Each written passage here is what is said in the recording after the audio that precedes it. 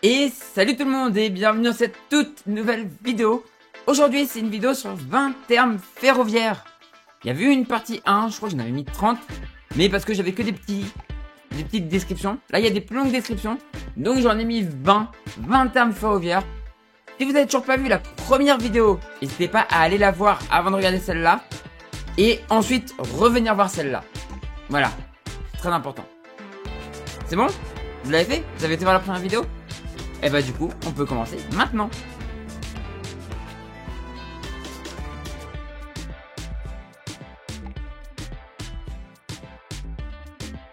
Une dérive, c'est quand un wagon, un engin, voire même un train complet roule sans contrôle. Cela peut se produire à cause d'un problème de frein ou d'une erreur humaine, comme l'oubli de poser une cale sous un wagon arrêté par exemple. Un exemple qui me vient en tête est cette dérive survenue sur des wagons de betteraves survenus sur la ligne Lézif-Étretat. Une erreur humaine, en gare des Loges, avait fait que des wagons étaient partis seuls dans la pente qui mène à Étretat. Les wagons avaient fini dans le butoir sans faire de blessés, mais malheureusement ce n'est pas toujours le cas.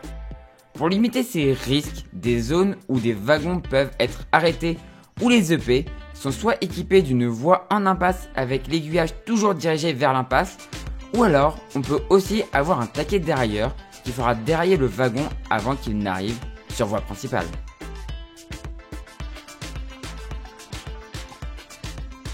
Le refoulement, c'est le fait de reculer avec un train.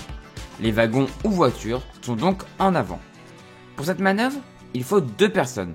L'agent de conduite, qui va être dans sa cabine pour conduire le train, et un agent de manœuvre qui se met sur le wagon qui se trouve en avant et qui va dire à l'agent de conduite de refouler.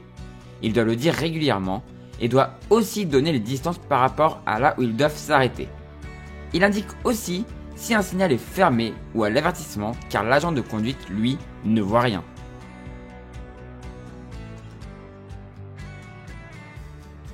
EP veut dire embranchement particulier. C'est une voie qui sert à desservir un client en fret. Sur un EP, on retrouve tout ce qu'il faut pour charger ou décharger un train de marchandises.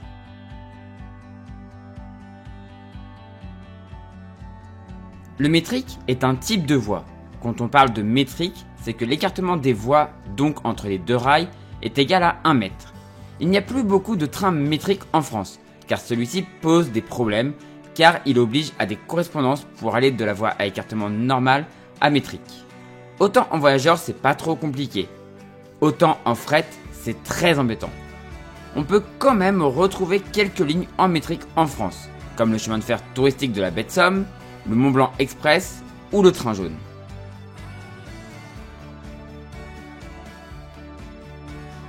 Un faisceau est un ensemble de voies parallèles.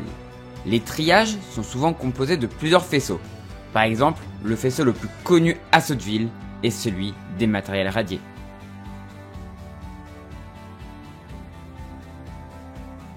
Un canton, c'est une zone entre deux signaux de protection, qu'ils soient lumineux ou mécaniques. Ils sont plus ou moins grands en fonction du type de signalisation installée. Sur du BAL, ils sont par exemple de 1,5 km, alors que sur du BAPR, ils font entre 6 et 15 km. Les cantons permettent d'espacer les trains et du coup de garantir la sécurité.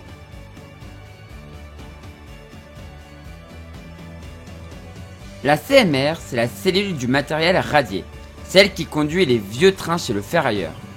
Pour ça, elle dispose d'une 72 000, de plusieurs 67 400, d'une 68 000 et d'autres séries de machines. Mais elle ne fait pas que la triste tâche d'emmener des bons trains à la casse. Elle peut aussi être amenée à tirer des engins d'association pour les amener à des rassemblements par exemple.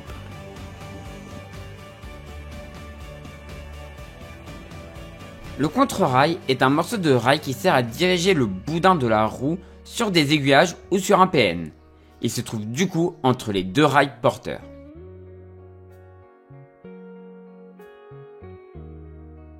IC veut dire intercité. Ce sont des trains express qui vont de grande ville en grande ville, mais qui peuvent aussi parfois desservir des gares importantes, mais pas nécessairement en grande ville. À l'époque où le Paris-Le Havre était encore un intercité, il desservait la gare de Bréauté-Beuzeville. Ce n'est pas une gare de grande ville, même si pas loin de Bolbec et Lillebonne. Mais elle est surtout à l'origine de la ligne de Fécamp, et donc les intercités s'y arrêtaient pour récupérer les gens venant de Fécamp et voulant aller à Rouen ou Paris. Les intercités étaient assurés par des corails qui étaient le must du confort pour les longues distances. Mais de plus en plus, on retrouve des Omneo, des Regio 2N, des Regiolis et des Coradia Liner qui remplacent les corails, voire même dans une certaine région dirigée par des guignols, des 26500. Oups, c'est sorti tout seul.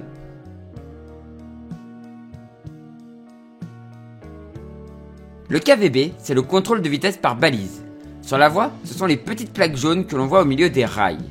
Dans le train, c'est un ordinateur dans lequel l'agent de conduite rentre la vitesse maximale du train, sa longueur, son coefficient de freinage et sa catégorie. Le KVB peut en cas de survitesse dans un premier temps déclencher une alarme pour que l'agent de conduite ralentisse, et si ce dernier ne ralentit pas, le KVB déclenchera le freinage d'urgence du train afin d'empêcher un accident.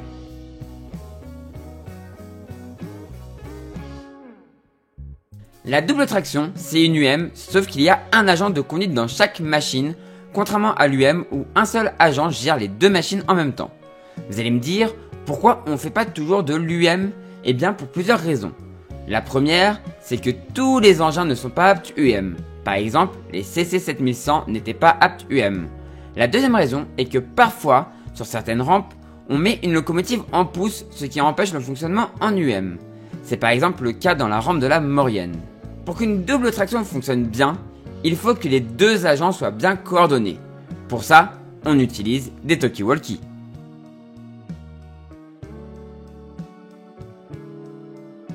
Une pente, en termes ferroviaires, c'est une descente. On exprime sa valeur en pour 1000.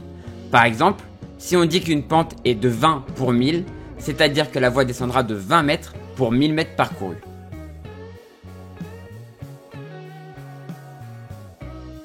La rampe, c'est l'inverse de la pente. C'est donc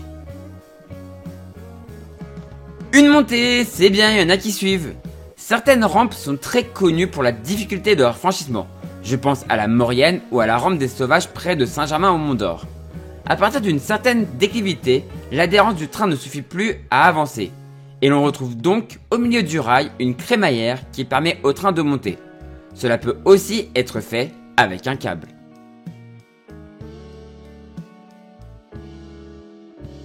Une marche en manœuvre, c'est une marche limitée à 30 km/h. Comme son nom l'indique, elle est utilisée pour les manœuvres. Et les 30 km/h sont là pour permettre au train de s'arrêter rapidement afin de respecter les signaux ou les ordres donnés.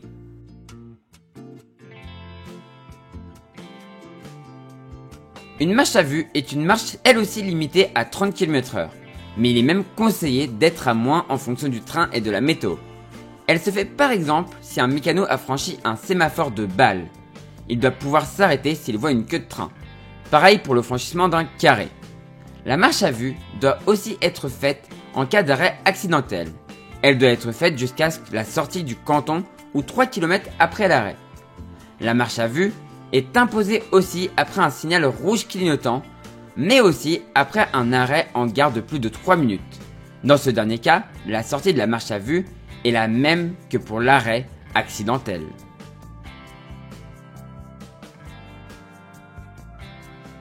Les nez cassés, c'est une famille de locomotives au look très reconnaissable. On les appelle nez cassés à cause de leur avant. Dans les nez cassés, on retrouve les locomotives légendaires comme la CC 72000, la CC 6500 ou encore les BB 22200, 15000 et 7200. C'est une famille d'engins qui part petit à petit mais qui est très appréciée.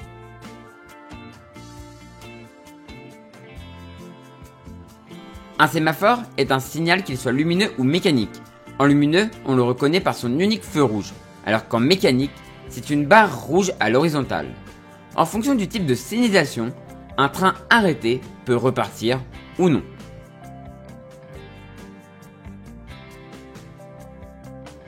La caténaire est un ensemble de câbles que vous retrouvez au-dessus des voies électrifiées.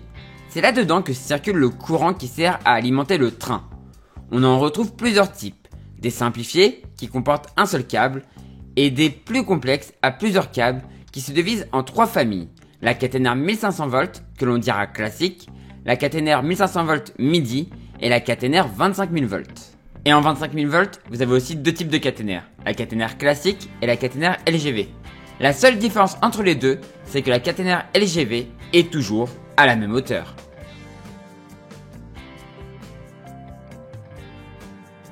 Le pantographe, c'est ce que vous voyez dépasser au-dessus des trains électriques et qui touche la caténaire. Il est composé d'une partie articulée qui lui permet de monter et descendre et d'un espèce de patin qui frotte la caténaire pour capter le courant. D'ailleurs, savez-vous pourquoi la caténaire fait des zigzags? Eh bien, c'est pour éviter que le patin frotte toujours au même endroit. S'il n'y avait pas ça, la caténaire finirait par couper le patin en deux.